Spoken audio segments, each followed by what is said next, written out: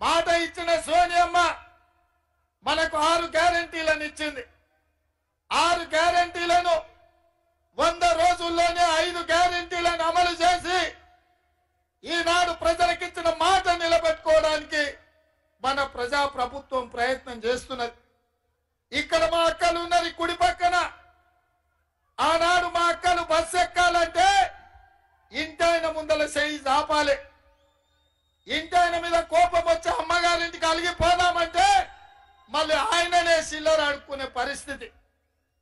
ఇవాళ మా ఆడబిడ్డలు మా అక్కలు మా పెద్దమ్మలు అమ్మగారింటికి పోవాలంటే చెయ్యి అడ్డం పెడితే చాలు ఆర్టీసీ బస్సు అక్కడనే ఆగి మా అక్కలను వాళ్ళు దిగాల్సిన దగ్గర వాళ్ళ ఇంటి దగ్గర దించే ఉచిత ప్రయాణం ఈ రోజు ఆర్టీసీ బస్సులో మన ప్రభుత్వం అమలు చేసింది.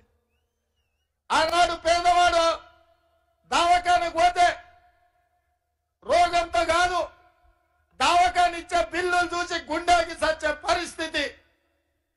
కానీ డాక్టర్ వైఎస్ రాజశేఖర రెడ్డి గారు రాజీవ్ ఆరోగ్యశ్రీ పథకం ద్వారా పేదవాడికి కార్పొరేట్ వైద్యాన్ని అందించాలని యశోద అపోలో ఆసుపత్రిలో బెంచ్ కార్లోనే కాదు గంజి తాగే పేదలకు కూడా వైద్యాన్ని అందించాలని ఆనాడు 2 లక్షల రూపాయలతోని 20 ఏళ్ల కింద ఉచితమైన వైద్యం అందించి పేదల ప్రాణాలు కాపాడింది సోనియమ్మ రాజ్యం, కాంగ్రెస్ ప్రభుత్వం.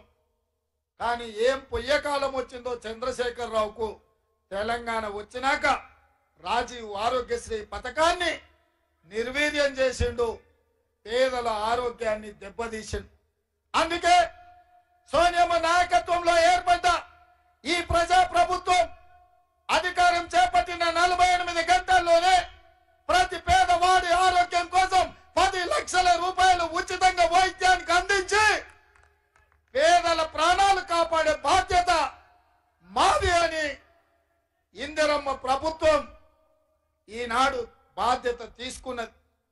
ఇదే కాదు ఆడబిడ్డల కన్నీళ్లు తీర్వడానికి ఆనాడు దీప పథకం ద్వారా గ్యాస్ పొయ్యి సిలిండర్ ఇచ్చి 400 రూపాయలకి ఆనాడు సిలిండర్ ఇచ్చింది సోనియమ్మ.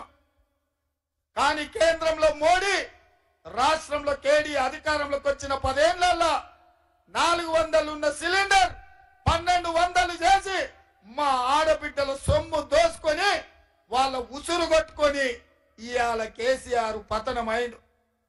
సిలిండర్ పొయ్యి పోయి మళ్ళీ కట్టెల పొయ్యి వచ్చే కాలం వచ్చింది. అందుకే మా ఆడబిడ్డల్ని మా అక్కల్ని దృష్టిలో పెట్టుకొని సోనియమ్మ మాకు ఆదేశాలు ఇచ్చింది. రేవంత్ నువ్వు ఆడబిడ్డలకు 500 రూపాయలకే సిలిండర్ ఇవ్వాలి, ఆడబిడ్డల కన్నీళ్లు తూడవాలి అని సోనియమ్మ ఆదేశిస్తే ఇవాళ గ్రామ గ్రామాన తండాలలో గూడాలలో మారుమూల పల్లెల్లో పేదోళ్లకు 500 రూపాయలకే సిలిండర్ ఇచ్చి 40 లక్షల కుటుంబాలను ఇవాళ మన ప్రభుత్వం ఆదుకున్నది. ఇదే కాదు మిత్రులారా, వ్యవసాయానికి ఉచిత కరెంట్ ఇస్తుంటే నా పాదయాత్ర సందర్భంగా రాహుల్ గాంధీ గారు కూడా మీ ప్రాంతంలో పాదయాత్ర చేస్తున్నప్పుడు భూమి లేని పేదవాళ్ళు వచ్చి అయ్యా భూమి ఉన్నోళ్ళకే ఉచిత కరెంట్ ఉంది, మా ఇళ్లలో బిల్లు మూత మోగుతుంది, మొదటి తారీఖు వస్తే గుండెలు అదురుతున్నాయని చెప్పిండ్రు. అందుకే రాహుల్ గాంధీ గారు చెప్పిండ్రు ప్రతి పేదవాడి ఇంట్లో వెలుగులు ఉండాలి, పేదవాడికి ఇంటికి ఉచిత కరెంట్ ఇవ్వాలి అని ఆదేశిస్తే 200 యూనిట్లు ప్రతి పేదవాడి ఇంట్లో 0 బిల్లు ఇచ్చి ఈ రోజు మీ కుటుంబాలలో వెలుగులు నింపి మీ కళ్ళల్లో ఆనందం చూసే బాధ్యత మన ప్రభుత్వం తీసుకున్నది. ఆనాడు పేదవాడు ఇల్లు లేక పేక మేడల్లో పూరి గుడిసెల్లో బాధపడుతుంటే ఆత్మగౌరవం దెబ్బతింటుంటే కొడుకు కోడలు వస్తే ఏడ ఉండాలో తెలియక పిల్లగానికి పెళ్లి చేయాలంటే తల్లిదండ్రులు ఇబ్బంది పడుతున్నప్పుడు డాక్టర్ వైఎస్ రాజశేఖర రెడ్డి గారు ప్రతి పేదవాడికి తండాలలో గూడాల్లో మారుమూల పల్లెల్లో బస్తీలలో ఉండే ప్రతి వాడికి ఇల్లు లేని వాడికి పెళ్ళైన వాడికి ఆనాడు ఇందిరమ్మ ఇల్లు 25 లక్షలు తెలంగాణ రాష్ట్రంలో ఇచ్చి పేదల్ని ఆనాడు కాంగ్రెస్ ప్రభుత్వం ఆదుకున్నది.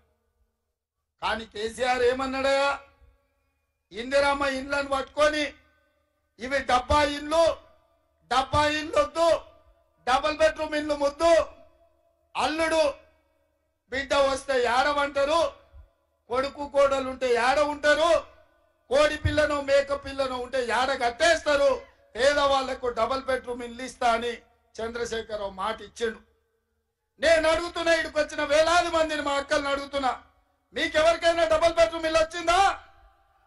మీకెవరికైనా డబుల్ బెడ్రూమ్ ఇల్లు ఇచ్చిందా? ఆ సన్నాసి ఇల్లు ఇవ్వలేదు, మీ సంసారాలను చూడలేదు. అందుకే అధికారం చేపట్టిన వెంబడే పేదవాళ్లకు ఇందిరమ్మ ఇల్లు ఇవ్వాలని తెలంగాణ రాష్ట్రంలో 4,50,000 ఇండ్ల మంజూరు చేసి 22,500 కోట్ల రూపాయలతోని పేదవాళ్ళ ఆత్మ గౌరవమైన ఇందిరమ్మ ఇళ్లను మన ప్రభుత్వం మంజూరు చేసి 5 గ్యారెంటీలను అమలు చేసి 100 రోజుల్లోనే చూపించినాం. ఇదే కాదు, తెలంగాణ ఉద్యమమే